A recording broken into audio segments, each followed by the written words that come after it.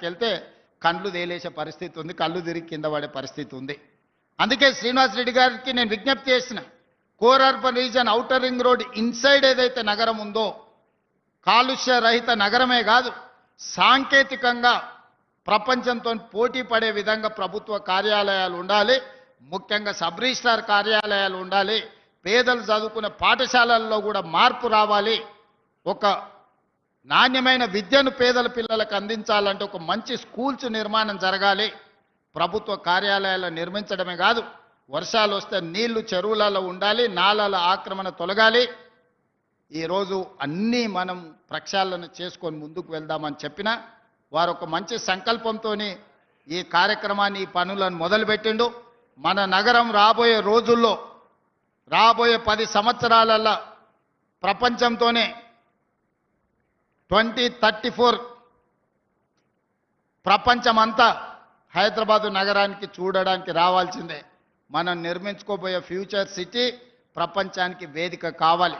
ప్రపంచంలో ఉండే సాంకేతిక నైపుణ్యము అన్ని రకాల విభాగాలు అక్కడి నుంచి పనిచేస్తాయి.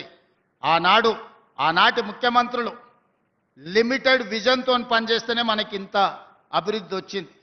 ఒకప్పుడు వటినాగులపల్లికి పోవాలంటే ఊరు, గంగాధర్ చెప్పాలి రోడ్డు, వాళ్ళు ఊరికి పోవాలంటే ఇట్లకెళ్ళి పోవాలంటే యూనివర్సిటీ వాళ్ళు లోపలికి కూడా రానిచ్చేది కాదు, అడవులకి వెళ్ళి నడుచుకుంటూ పోయినట్టు ఉండే. మరి ఇవాళ ఇదే పెద్ద నగరం అయింది, విశ్వనగరం అయింది.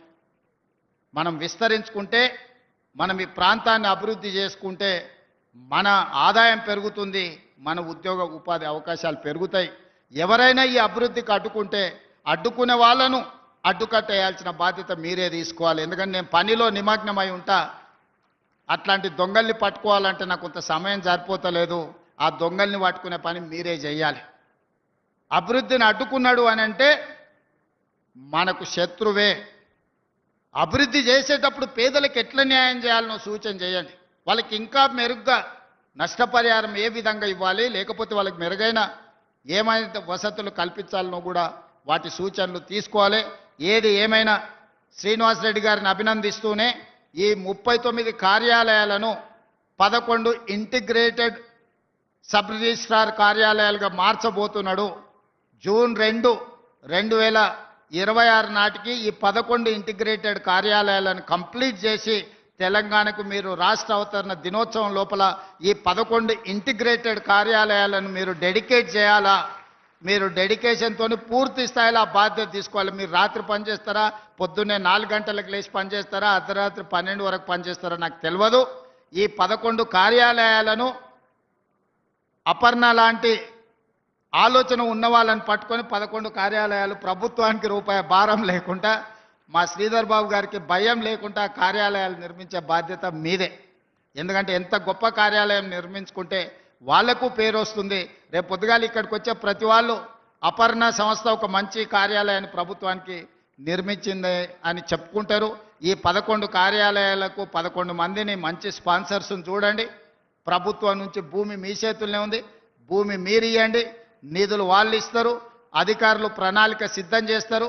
అన్నీ నిర్మించి 2026 జూన్ 2 లోపల ఈ 11 కార్యాలయాలు మీరు నిర్మించాలని ఆశిస్తూ మీ అందరి దగ్గర సెలవు తీసుకుంటున్న. ధన్యవాదాలు మిత్రులారా.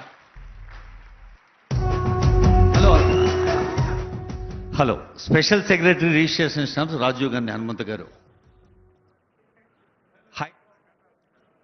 ఈరోజు గచ్చిబౌలిలో ఇంటిగ్రేటెడ్ సబ్ రిజిస్ట్రార్ కార్యాలయాల శంకుస్థాపనకి విచ్చేసిన గౌరవనీయ ముఖ్యమంత్రి వర్యులు గౌరవనీయులు శ్రీ ఏ రేవంత్ రెడ్డి గారికి, అదేవిధంగా జిల్లా ఇన్ఛార్జ్ మంత్రివర్యులు శ్రీ దుద్దిల్ల శ్రీధరబాబు సార్ గారికి, అదేవిధంగా రెవెన్యూ శాఖ మార్చులు పొంగులేటి శ్రీనివాసరెడ్డి గారికి, మరియు chief whip Telangana legislative council Patnam Mahender Reddy గారికి, honourable mayor Srimathi Vijayalakshmi R Gadwal గారికి, అదేవిధంగా ఇక్కడికి విచ్చేసిన కార్పొరేటర్సు మరియు ఉదయ్ గారు ఎండి అపర్ణ గారికి, రంగారెడ్డి కలెక్టర్ గారికి, ఇక్కడికి విచ్చేసిన సీనియర్ అధికారులు, ముఖ్యంగా ప్రజలు, ప్రజాప్రతినిధులు, పాత్రికేయ మిత్రులు అందరికీ కూడా ధన్యవాదములు. థ్యాంక్ యూ అండి.